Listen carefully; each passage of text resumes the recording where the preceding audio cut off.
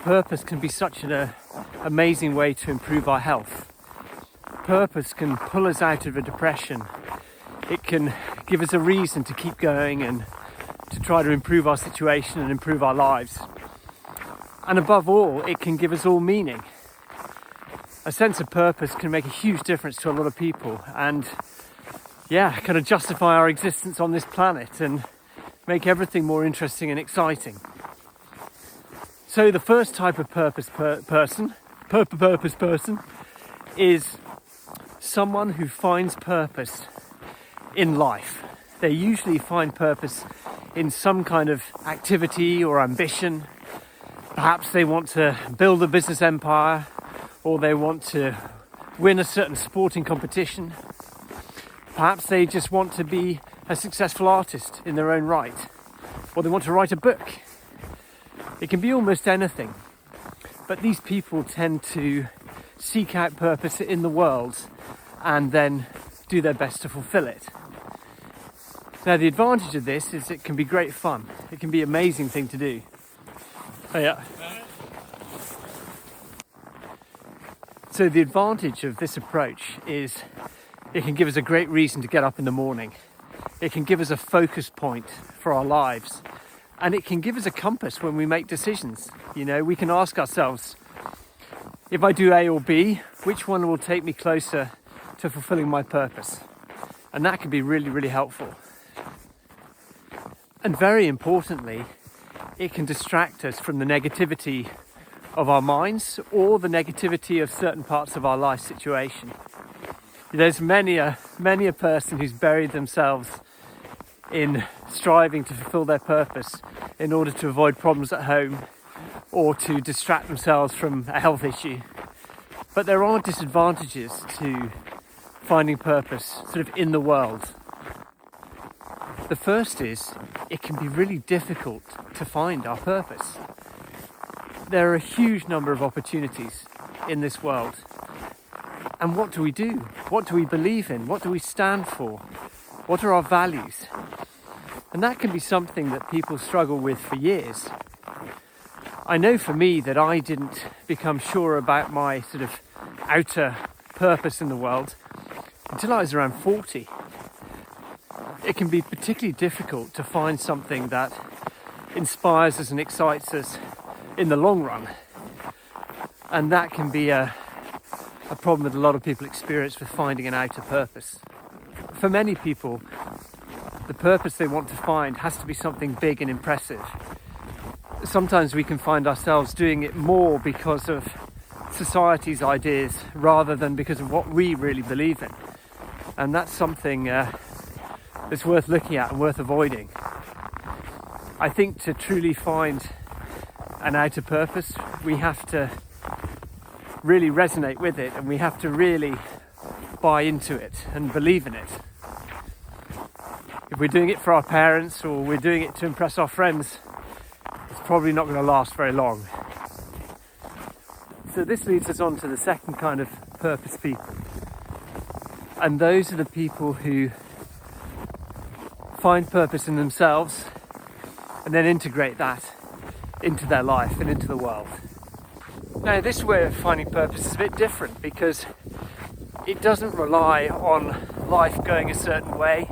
It doesn't rely on us even identifying something impressive or interesting that we're going to do. It's more of an internal shift. It's a change of attitude from I need to find my purpose or this element of my life gives me purpose to I can find purpose in pretty much everything I do. And the way most people achieve this is by contributing and being of service to others in one way or another. Now, being of service to others is an incredibly fulfilling way to find purpose because it isn't reliant on life going our way. It isn't reliant on us winning in our quest for purpose. All it relies on is motivated by helping others or serving others or contributing to the whole. So, for example, you could completely transform your experience of being an artist by changing your approach from I do art because I love it and I enjoy creating, which is perfectly valid, to I do art because I love it and I enjoy creating and I want to make a contribution. I want to create more beauty in the world. I want to uplift other people's spirits with my work. And that tiny shift can install purpose into so much of what we do. And it can mean that doing the washing up has meaning because we're supporting our partner or we're helping our friend who we've just had dinner with. It means that holding the door open for someone actually has meaning to it. It can mean that even just smiling to people or having a chat to someone on the bus is suddenly instilled with this purpose because we recognise internally that we can make a difference. We can contribute to others. Now, when I started playing with this type of purpose, it was amazing. It was a very, very humbling and peaceful and happy experience because I realised that just by making a little bit more effort, it wasn't much effort, I could uplift other people and make other people's lives a bit better. And then that obviously came back to me because often they would react in a positive way. They'd smile at me or they'd appreciate having the door held open for them.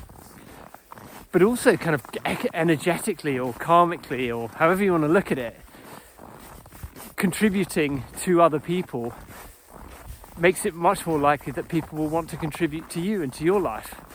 So it's a real sort of win-win.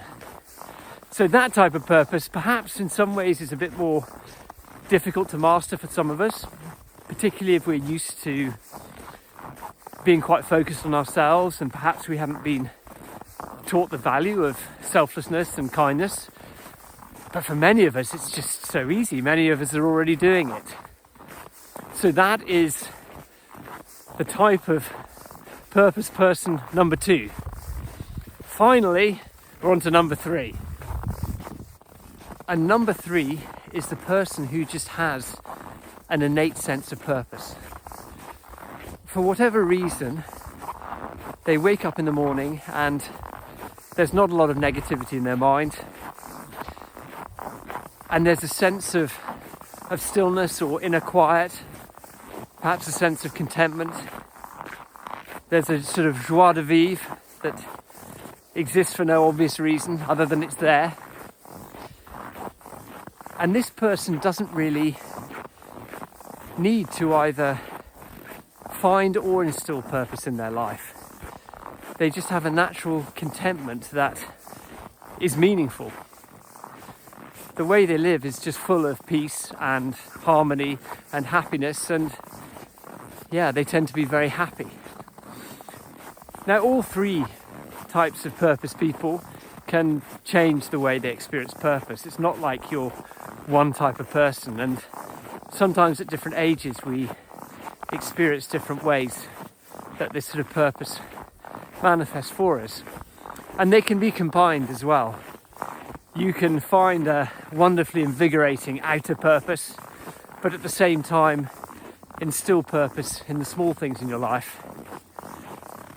And you can become a sort of peaceful, happy, innately purposeful person without really having any kind of obvious purpose in your life. I guess the final thing I would say is that what I think is one of the secrets, perhaps the secret to finding true purpose, is to change our relationship with our thoughts and our feelings and our minds, and to find the peaceful, meaningful, alive place that exists within all of us.